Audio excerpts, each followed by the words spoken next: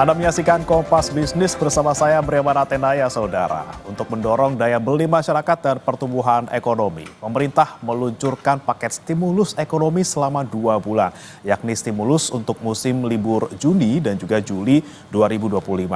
Keputusan peluncuran paket stimulus ekonomi diputuskan dalam rapat terbatas yang dipimpin oleh Presiden Prabowo Subianto di Istana Merdeka Jakarta pada Senin 6 Juni 2025. Pertanyaannya, berapa lama stimulus ini akan mendongkrak daya beli? Dan lengkapnya kita akan bahas dalam wall ataupun pemaparan pada pagi hari ini, saudara. Sampai kapan kira-kira stimulus ini bisa mendongkrak daya beli kita? Nah, untuk stimulus yang digelontorkan oleh pemerintah untuk Juni sampai dengan Juli 2025, total ada 24,44 triliun rupiah. Ini untuk 2 bulan ya, di Juni dan juga Juli 2025. Nah, pemerintah memastikan penyaluran paket stimulus ekonomi triwulan 2 tahun 2025 tetap berjalan sesuai dengan rencana, meskipun ada gejolak geopolitik global yang memanas. Kemudian saudara, dari total anggaran 24,44 triliun rupiah, itu 23,59 triliun rupiahnya berasal dari APBN. Kemudian baru 850 miliar sisanya ini berasal dari non-APBN. Menteri Keuangan Sri Mulyani bilang bahwa stimulus dan berbagai percepatan program pemerintah dikeluarkan untuk menjaga pertumbuhan ekonomi agar tetap bisa mendekati 5%. Ini kata Menkeu Sri Mulyani. Harapkan pada kuartal kedua maka pertumbuhan ekonomi tetap bisa dijaga mendekati 5% dari yang tadinya diperkirakan akan melemah akibat kondisi global.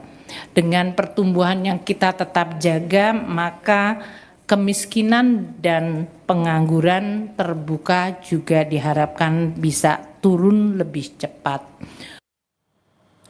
Kemudian apa saja nih paket stimulus yang digelontorkan pemerintah sepanjang bulan Juni dan Juli, saudara? Ada 5. Sebelumnya ada 6 yang kita tahu di bulan Mei, tapi kemudian direvisi, tidak jadi. Yang satu itu yang nggak jadi itu adalah soal diskon tarif listrik, yang kemudian kata Bu Sri Mulyani itu karena penganggarannya lama. Nah, kita lihat dulu. Di pertama ada diskon tarif tol 20%, ini memang yang dikelola oleh Badan Usaha Jalan Tol atau BUJT. Diskon tarif tol ini ditargetkan dinikmati oleh 110 juta pengendara. Kemudian yang kedua, saudara, masih soal transportasi, tapi ini untuk transportasi umum. Yang pertama ada diskon tiket kereta sebesar 30%. Nah, ini total untuk diskon transportasi ini sebesar 940 miliar rupiah, saudara. Nah, selain ada diskon kereta 30%, kemudian juga ada harga tiket pesawat yang diturunkan. Ini dengan PPN menjadi DTP 6% yang ditanggung oleh pemerintah. Nah, kemudian selain dari kereta, kemudian udara, ada juga tiket angkutan laut yang didiskon sebesar 50%. Nah, kemudian saudara, selain dari transportasi ada juga paket stimulus lainnya yang digelontorkan pemerintah di bulan Juni sampai dengan Juli. Itu adalah bantuan subsidi upah atau BSU sebesar Rp300.000 per bulan.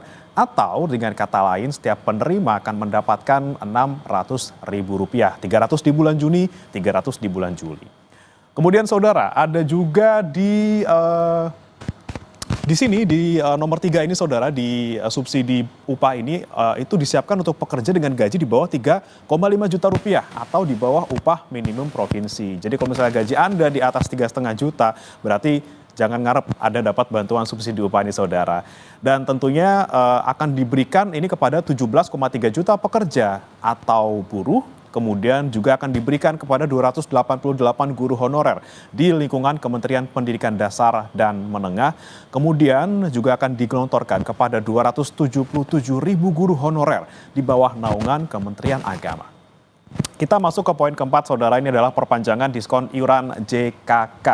Nah, ini adalah dimaksud jaminan kehilangan kerja, itu diskonnya sebesar 50%, saudara, yang akan diberikan untuk 2,7 juta pekerja sektor padat karya. Nah, diskon ini dialokasikan melalui anggaran non-APBN. Lalu yang kelima, saudara, ada penambahan bantuan sosial bagi kelompok yang paling rentan dan juga miskin. Nah, penambahan dana senilai Rp200.000 per bulan ini diberikan kepada 18,3 juta keluarga.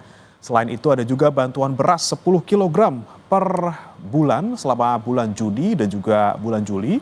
Untuk total anggaran yang disiapkan untuk bansos ini saudara mencapai 11,393 triliun rupiah. Kemudian kita simak pernyataan dari Direktur Jenderal Strategi Ekonomi dan juga Fiskal Kementerian Keuangan Febrio Kacaribu yang bilang bahwa perlinsos tambahan seperti BSU dan juga penebalan bansos ini bersifat sementara. Febrio menekankan kedua program ini hanya akan diberikan pada Juni dan juga Juli 2025. Nah, saudara, paket stimulus ekonomi dikeluarkan. Lalu bagaimana dampaknya ke industri? Sekretaris Jenderal Perlindungan Hotel dan juga Restoran Indonesia, Maulana Yusran bilang ada peningkatan okupansi pada industri akomodasi saat libur panjang atau bertepatan dengan penyaluran stimulus ekonomi. Meskipun masih di bawah tahun lalu, stimulus ini jadi angin segar bagi industri akomodasi yang sedang tertekan. Sekolah yang sudah dimulai sejak hari Senin tanggal 30 Juni 2025 sudah memperlihatkan adanya peningkatan okupansi pada industri akomodasi. Nah, pada saat libur long weekend ini juga terjadi peningkatan yang cukup signifikan, walaupun jika diambil rata-ratanya dibandingkan tahun lalu untuk okupansi libur sekolah sepertinya tidak terlihat cukup baik ya.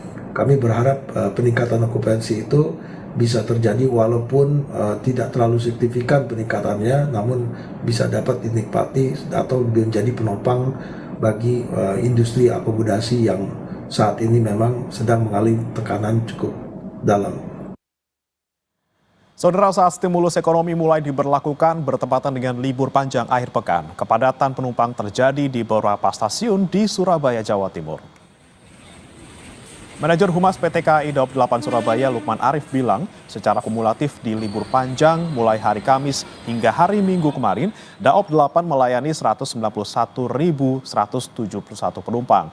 Sementara tujuan penumpang yang berangkat dari stasiun di Surabaya, yaitu tujuan Bandung, Yogyakarta, Semarang, dan Banyuwangi, setiap harinya disediakan sebanyak 29.200 tiket atau tempat duduk dengan mengoperasikan 6 kereta tambahan dan 52 kereta jarak jauh reguler. Sebanyak 46.342 penumpang menggunakan moda kereta api di Daob 8 Surabaya pada hari Minggu 29 Juni 2025.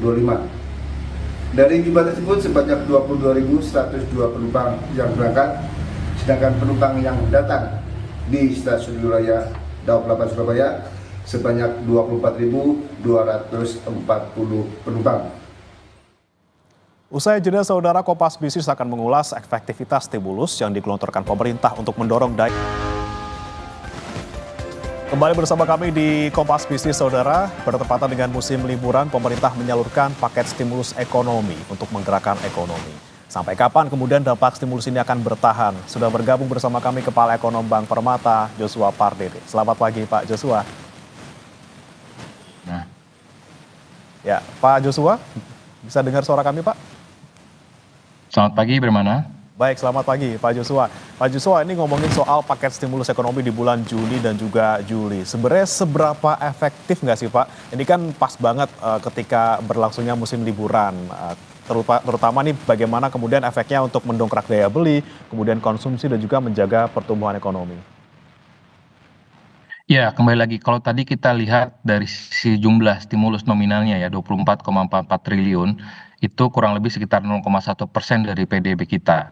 Dan kalau kita mempertimbangkan momentumnya, dikeluarkannya stimulus fiskal ini memang bertepatan dengan libur sekolah ya, dan ini kami memandang ini suatu hal yang positif di satu sisi, karena tentunya dengan adanya paket stimulus ini juga memberikan dampak positif ya, tadi juga disebutkan oleh PHRI bahwa ini akan mendorong khususnya kelas menengah untuk spending untuk berlibur, dan juga akhirnya dengan adanya stimulus ini pun juga akhirnya dapat bisa menggerakkan beberapa sektor ekonomi ya seperti perhotelan, restoran ya, sehingga ini pun juga diharapkan bisa menggerakkan tadi konsumsi masyarakat yang kami lihat juga sepanjang setelah kita pulih dari pandemi, konsumsi rumah tangga ini pun juga ya belum kembali ke level 5% ya. Jadi memang ini tapi kalau kita lihat secara umum ya, sekalipun memang ini hal yang positif, tapi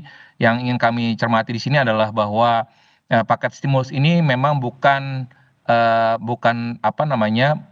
solusi permanen ya. Ini kalau kita ibaratkan obat obat penurun panas ataupun paracetamol ini bersifat sementara. Jadi memang kita memerlukan kebijakan yang lebih struktural, lebih jangka panjang yang bisa mendorong tadi daya beli masyarakat yang kita tahu bersama bahwa dalam 5 tahun terakhir ini dari 2019-2024 jumlah kelas menengah menurun, jumlah masyarakat rentan meningkat dan tentunya kita melihat bahwa dampak stimulus ini positif dalam jangka pendek, tapi kita juga perlu melihat lagi bagaimana dampaknya bagi perekonomian kita, khususnya konsumsi rumah tangga ini dalam jangka menengah panjang. Oke, tadi kata Anda ini kan hanya efeknya pendek gitu ya Pak ya. Seberapa lama sebenarnya akan bertahan untuk stimulus 5 paket ini dan kemudian seberapa besar kontribusinya ke pertumbuhan kita Pak? Ya, kalau kita lihat di sini memang kami menyambut positif ya, misalkan terkait dengan bansos 11,93 triliun ini kan juga untuk termasuk juga bantuan uang tunai dan juga bantuan beras ya. Lalu juga tadi disebutkan juga bantuan subsidi upah ya, ini sekitar 10,72 triliun untuk masyarakat ataupun pekerja berpenghasilan rendah di bawah 3,5 juta. Dan kalau kita melihat stimulus ini tadi juga disampaikan juga bahwa diskon transportasi ini kan juga bertepatan dengan libur sekolah Juni-Juli. Jadi kami memandang bahwa dampaknya ini kemungkinan mungkin beberapa bulan saja ya dampaknya akan terasa ya. Khususnya lagi kita berharap bahwa ini dapat bisa mendorong pertumbuhan ekonomi di akhir kuartal kedua dan juga awal kuartal ketiga. Namun kalau kita melihat dampaknya sendiri ya pada pertumbuhan ekonomi kuartal 2 secara khusus kami memandang bahwa pertumbuhan ekonomi kuartal kedua sepertinya memang masih akan harapannya memang pemerintah ini mendekati 5% ya. Namun kalau kita melihat bagaimana tantangan dari kinerja ekspor kita ya di tengah situasi global, lalu juga kita melihat bagaimana realisasi investasi PMTB ya di kuartal 1 yang lalu ini mengalami penurunan signifikan ya di tengah prioritas pemerintah yang lainnya sehingga beberapa proyek-proyek infrastruktur ditunda, lalu terjadi juga efisiensi anggaran ya. Tentunya ini memberikan tantangan tersendiri ya khususnya di kuartal kedua, sehingga kami tetap melihat bahwa di kuartal kedua 2025 ini pertumbuhan ekonomi masih tetap di bawah 5%. Oke, sulit mau di atas 5% ataupun bahkan di 5% ya Pak ya. Tapi kalau untuk stimulus ini tadi Anda bilang beberapa bulan saja dampaknya, apakah bisa bertahan paling tidak sampai akhir tahun nanti ketika mendekati Natal maupun Tahun Baru Pak?